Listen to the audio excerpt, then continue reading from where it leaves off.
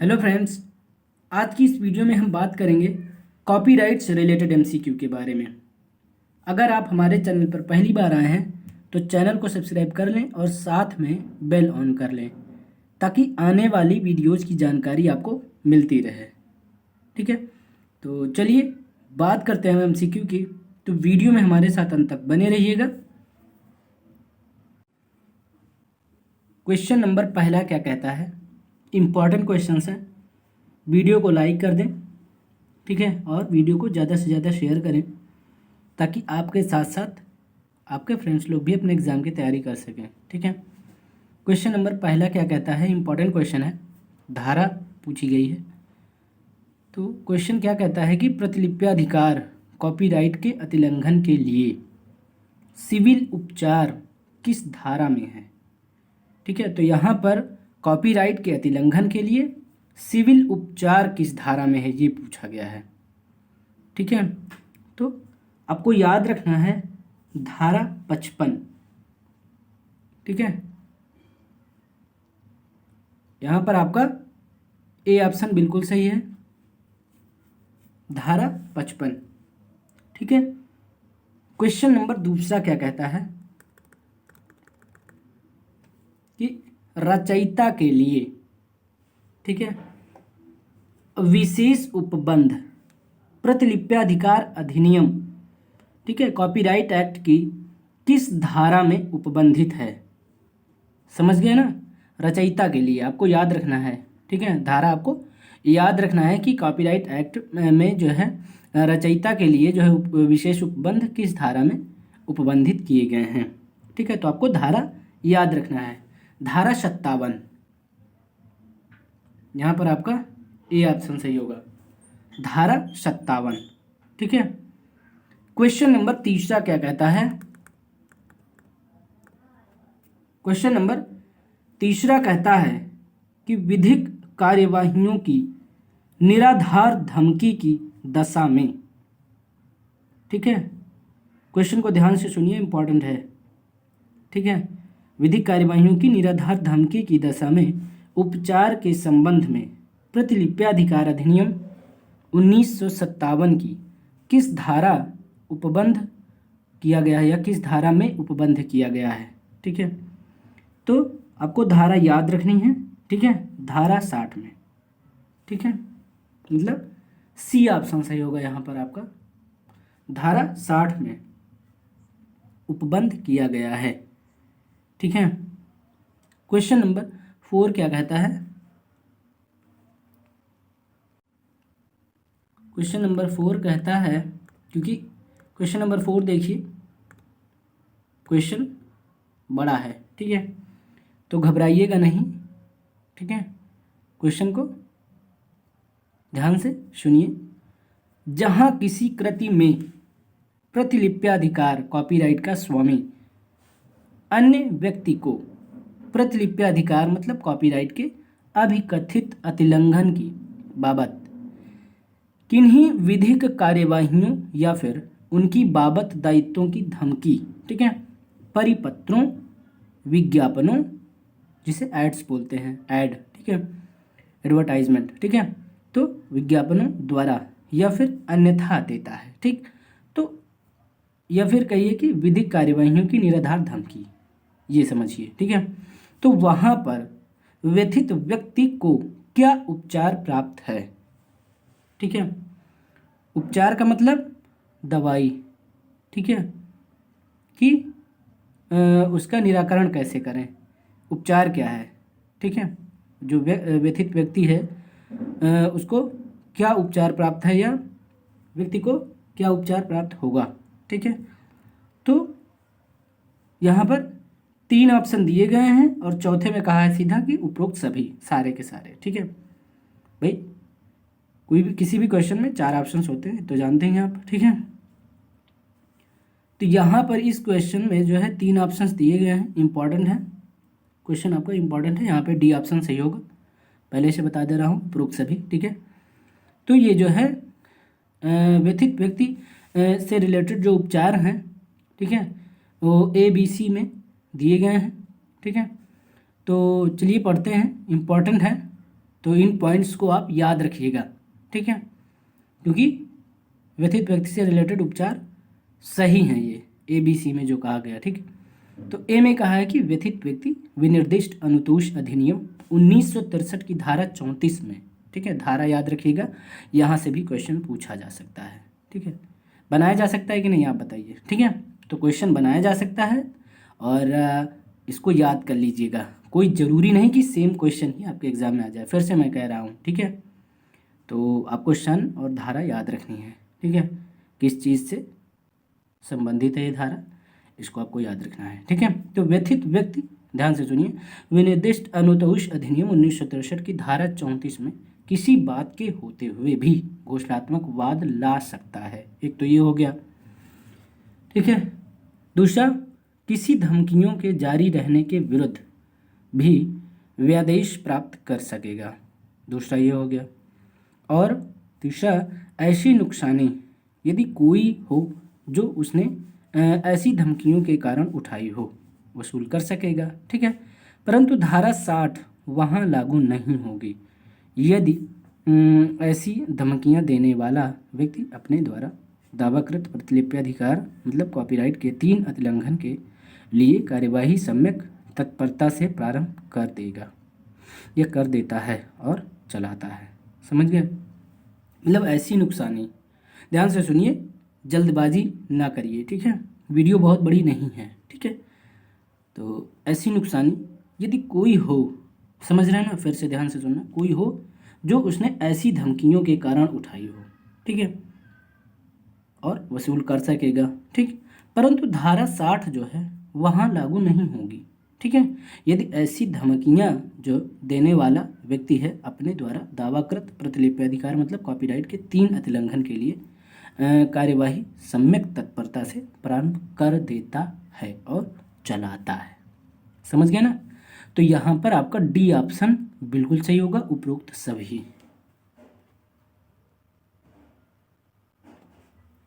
Question number 5 क्या कहता है,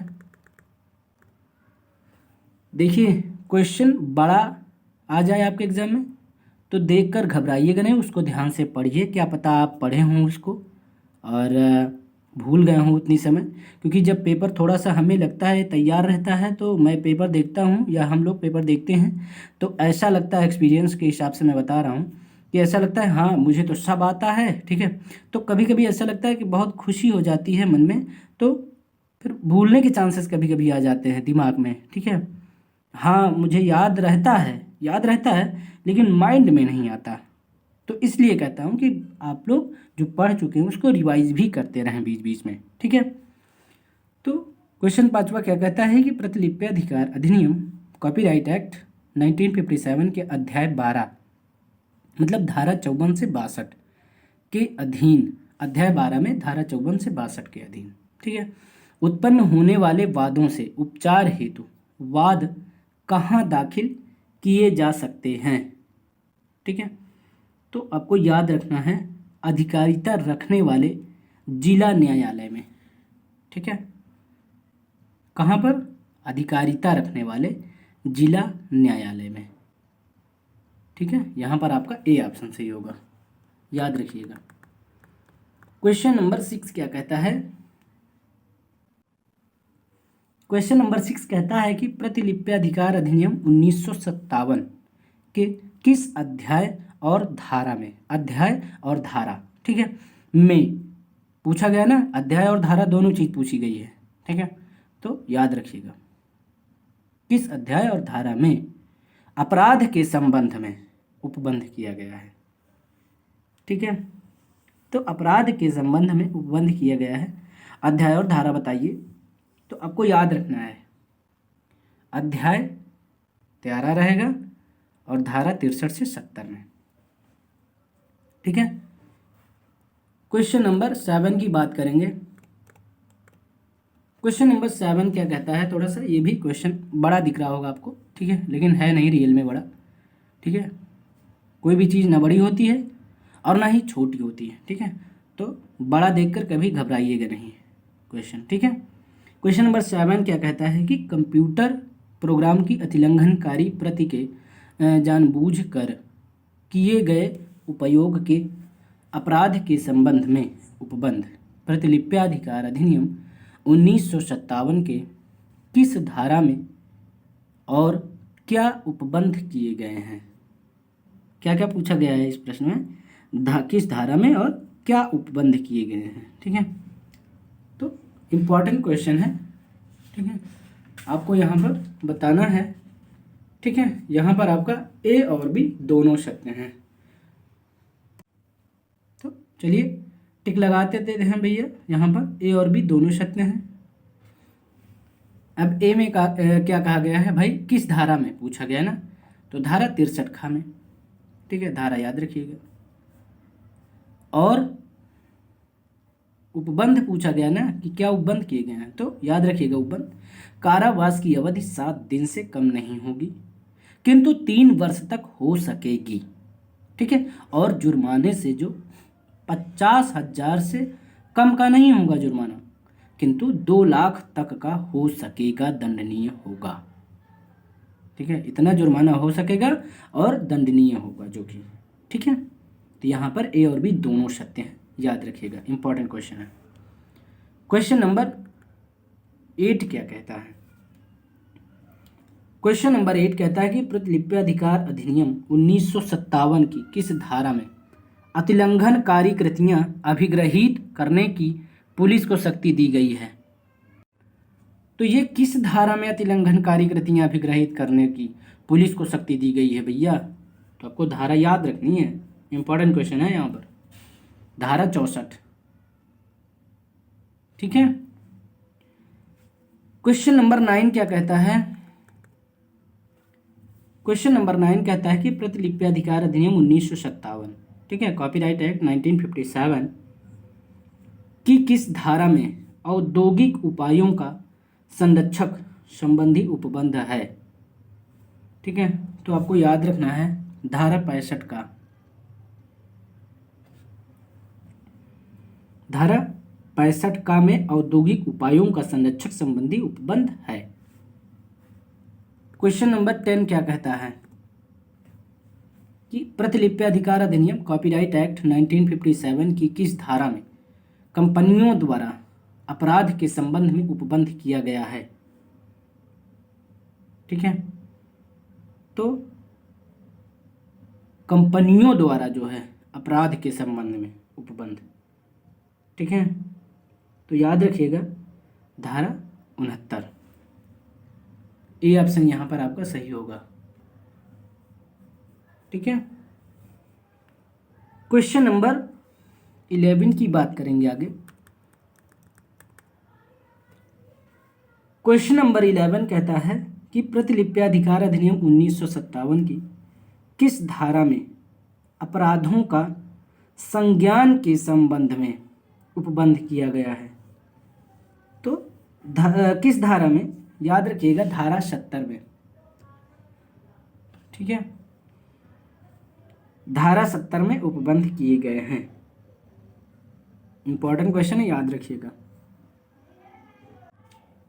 क्वेश्चन नंबर 12 क्या कहता है? 12 की बात करेंगे।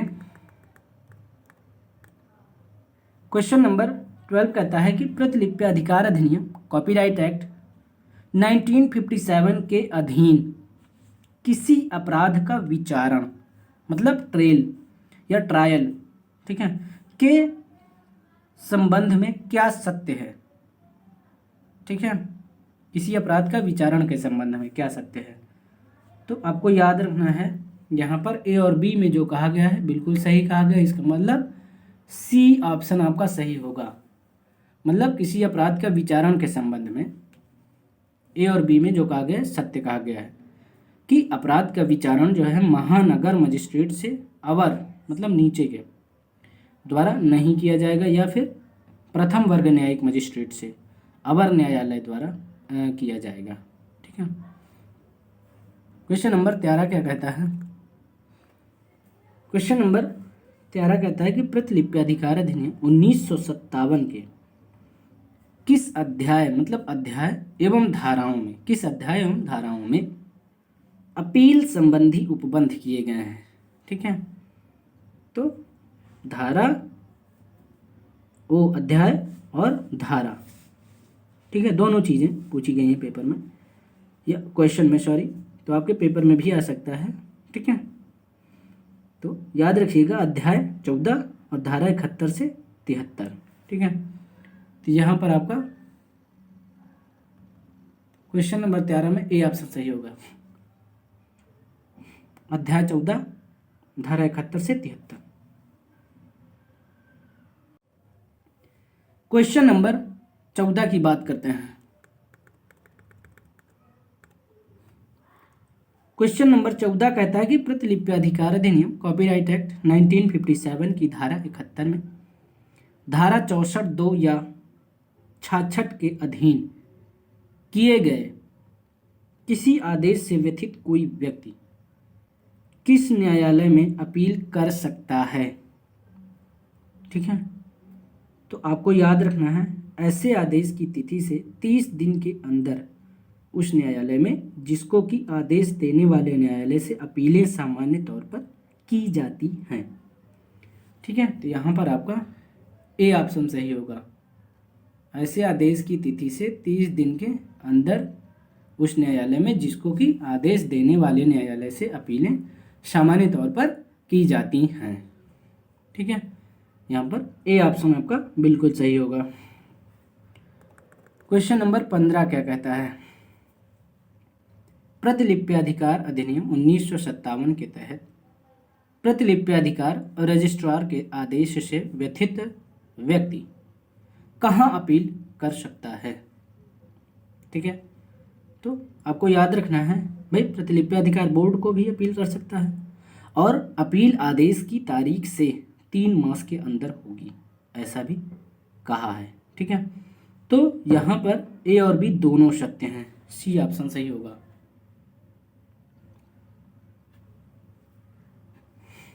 ठीक है, आगे बात करते हैं।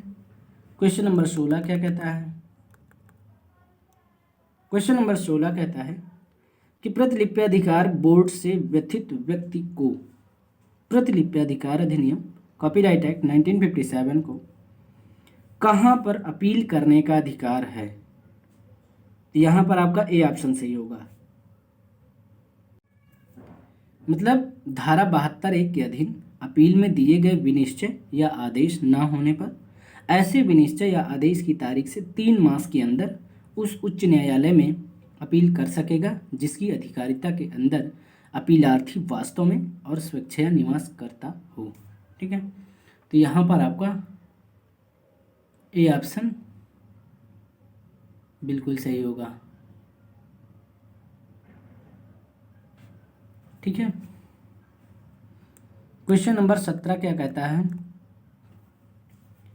कि प्रतिलिपि अधिकार रजिस्ट्रार और प्रतिलिपि अधिकार बोर्ड को कौन सी न्यायालय की शक्तियां प्राप्त हैं। तो आपको याद रखना है सिविल न्यायालय की शक्तियां प्राप्त हैं, मतलब प्रतिलिपि अधिकार कॉपीराइट रजिस्ट्रार और कॉपीराइट बोर्ड को कौन सी न्यायालय की शक्तियां प्राप्त हैं, तो सिविल न्यायालय की शक्तियां प्राप्त हैं, ठीक है। यहाँ पर आपका ए ऑप्शन बिल्कुल सही होगा। आई होप कि आपको वीडियो पसंद आएगी। वीडियो को लाइक करें, वीडियो को ज़्यादा से ज़्यादा शेयर करें ताकि आपके साथ साथ आपके फ्रेंड्स लोग भी अपने एग्ज़ाम की तैयारी कर सकें, ठीक है। तो लापरवाही ना करें, प्लीज़ वीडियो को शेयर कर दें, ठीक है, अपने फ्रेंड्स के बीच। और चैनल पर पहली बार आए हैं तो सब्सक्राइब कर लें, साथ में बेल ऑन कर लें ताकि आने वाली वीडियोज़ की जानकारी आपको मिलती रहे, ठीक है। तो इतने क्वेश्चन आप कॉपीराइट के या कॉपीराइट से रिलेटेड तैयार करिए। अब हम आपसे नेक्स्ट वीडियो मिलेंगे। बहुत बहुत धन्यवाद।